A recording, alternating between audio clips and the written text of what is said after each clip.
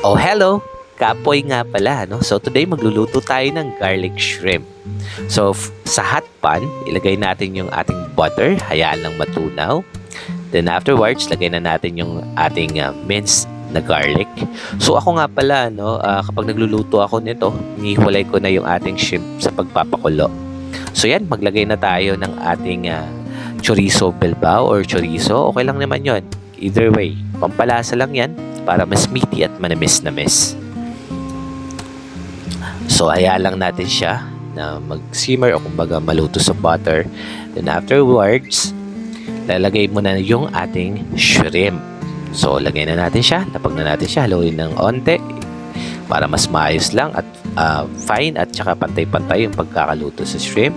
Then, kung meron kayong sobrang butter, pwede nyo na ilagay para mas lalong sumarap. Para mas lalo naman lumasa, lagay kayo ng shrimp na nor or kaya kahit patis, okay lang. Basta nagtitipid, walang kaso. At naman tayo, simple lang din. And then ako, ang ginagawa ko para mas maging manamis, nilalagyan ko siya ng asukal. Onti lang, siguro, tamang-tama lang. So, yan. Ready na yan. After 2 minutes, mag-simmer ng onte. Goods na yan. So, again, this is Kapoy Official.